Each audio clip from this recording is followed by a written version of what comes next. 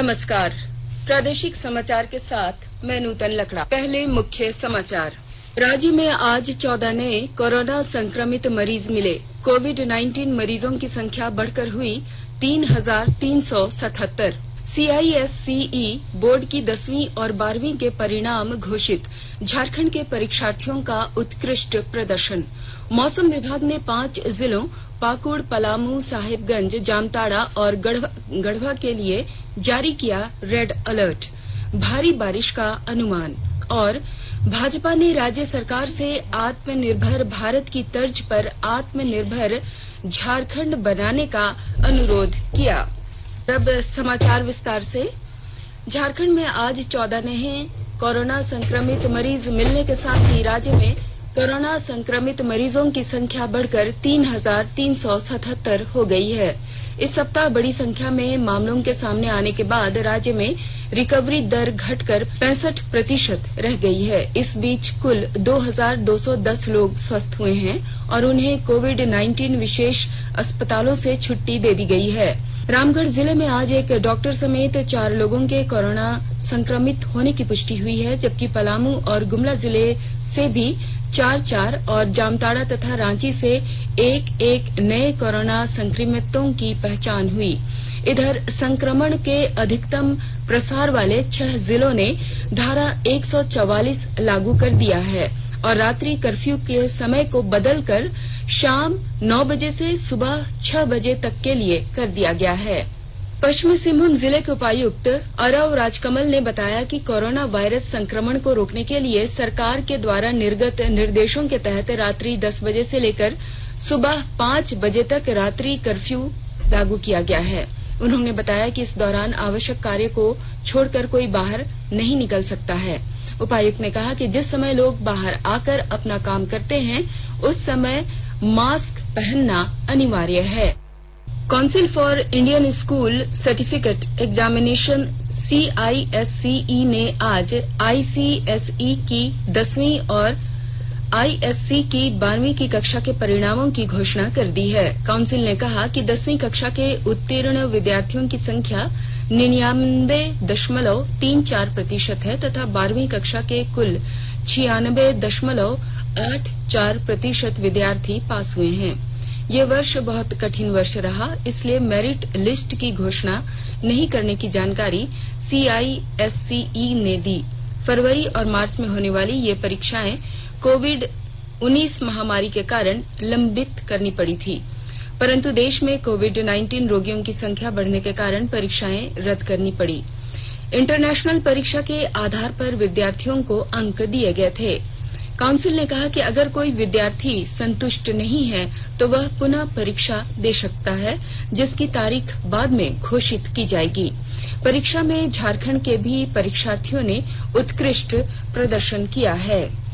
झारखंड अधिविधि परिषद जैक द्वारा 8 जुलाई को जारी मैट्रिक परीक्षाफल 2020 में अनुसूचित जनजाति, अनुसूचित जाति, अल्पसंख्यक और पिछड़ा वर्ग कल्याण विभाग द्वारा संचालित आवासीय विद्यालयों के परीक्षार्थियों ने शानदार प्रदर्शन किया है। विभाग द्वारा संचालित 59 आवासीय उच्च विद्यालयों में से झारखंड बोर्ड अंतर्गत संचालित 54 आवासीय उच्च विद्यालयों के 1,660 छात्र छात्राएं परीक्षा में शामिल हुई थी। इनमें से 90% से अधिक छात्र छात्राओं ने 10वीं बोर्ड परीक्षा में सफलता प्राप्त की है। उत्तीर्ण परीक्षार्थियों में 70% प्रथम श्रेणी से सफल हुए हैं। रांची के जेल रोड स्थित पिछड़ी जाति आवासीय +2 उच्च विद्यालय की छात्रा भारती कुमारी 96.2% अंक के साथ विभाग के अंतर्गत संचालित आवासीय विद्यालयों में प्रथम स्थान प्राप्त की है, जबकि राज्य स्तर पर वह 9वें स्थान पर रही है। विभागीय मंत्री चंपाई सोरेन ने छात्र छात्राओं को बधाई देते हुए कहा कि बच्चों ने अपनी प्रतिभा से प्रभावित किया है। वैश्विक महामारी के दौरान विद्यार्थियों और अभिभावकों की समस्याओं को लेकर प्रदेश कांग्रेस की ओर से आज स्पीक अप स्टूडेंट्स के माध्यम से सोशल मीडिया पर वीडियो अपलोड कर केंद्र सरकार का ध्यान आकृष्ट कराया गया। प्रदेश कांग्रेस अध्यक्ष रामेश्वर उरांव ने बताया कि स्कूल कॉलेज विश्वविद्यालय इंजीनियरिंग और मेडिकल कॉलेज और अन्य वोकेशनल कोर्स में गरीबी और निम्न मध्य वर्ग परिवार के बच्चे भी पढ़ाई कर रहे हैं, लेकिन पिछले 6 महीने के दौरान लॉकडाउन में व्यावसायिक गतिविधियां प्रभावित हुई हैं। ऐसे में शिक्षण संस्थान और पढ़ने वाले छात्र छात्राओं को सहायता मुहैया कराने की जरूरत है। स्वास्थ्य और परिवार कल्याण मंत्रालय ने लोगों को सलाह दी है कि वे कोरोना वायरस से अपने को सुरक्षित रखने के लिए सभी बुनियादी एहतियाती उपायों का पालन करें और सामाजिक दूरी बनाए रखें। एक रिपोर्ट। सरकार ने कहा है कि आवश्यक वस्तुओं की पर्याप्त आपूर्ति जारी है और लोगों को चिंता करने की कोई जरूरत नहीं है। लोगों को सलाह दी जाती है कि वे आवश्यक वस्तुओं और चिकित्सा सामानों की खरीदारी करते समय धैर्य रखें और शांत रहें। आवश्यक वस्तुओं को खरीदने के लिए बार बार बाहर निकलने से बचें। साथ ही लोगों से हाथ मिलाने और गले लगने से भी बचना चाहिए। बाजार, मेडिकल स्टोर और अस्पतालों में लोग कम से कम 1 मीटर की दूरी बनाए रखें। घर पर गैर जरूरी सामाजिक समारोह से बचा जाना चाहिए और घर पर मेहमानों को नहीं बुलाना चाहिए। लोगों को अपनी आंख, नाक और मुंह छूने से बचना चाहिए और लगातार हाथ साफ करते रहना चाहिए।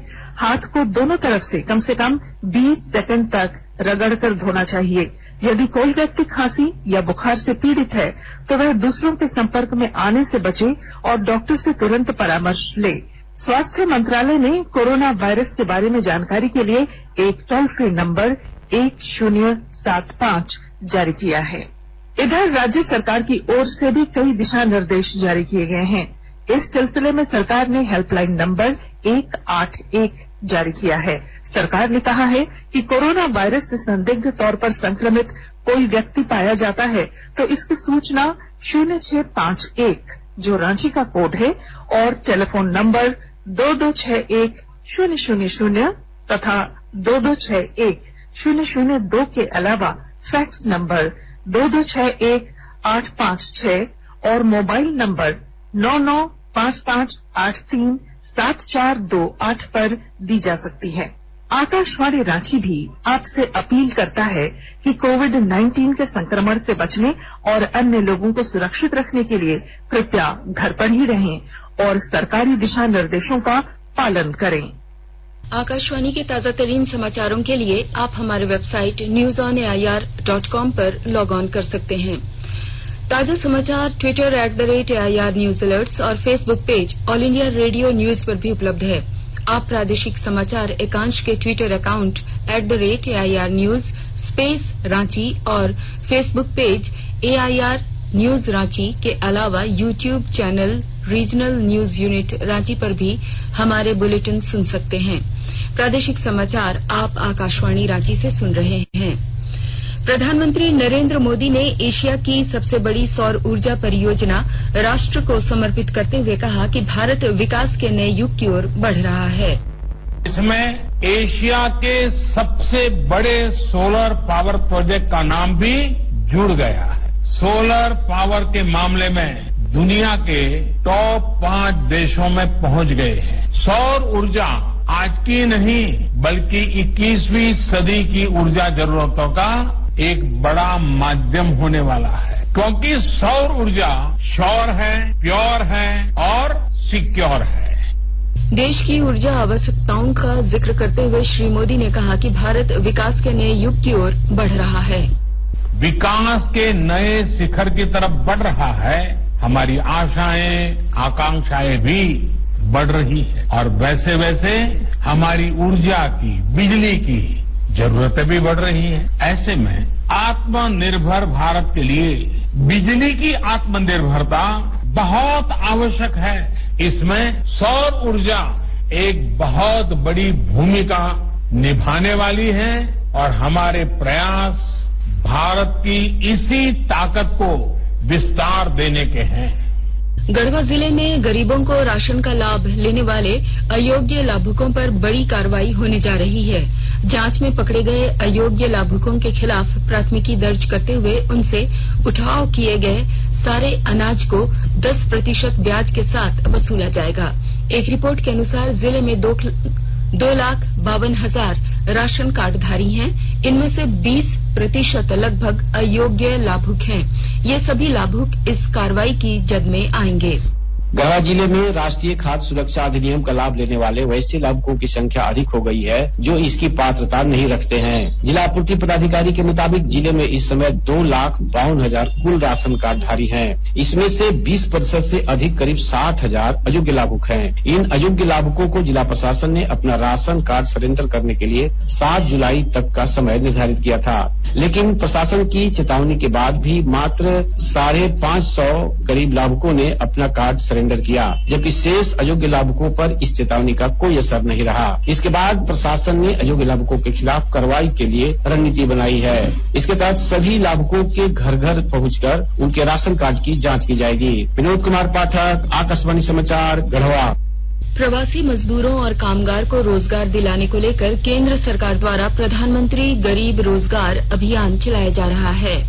हजारीबाग में भी इस योजना के तहत कृषि एवं किसान कल्याण मंत्रालय द्वारा प्रवासी कामगारों के लिए 3 दिवसीय प्रशिक्षण की व्यवस्था की गई है।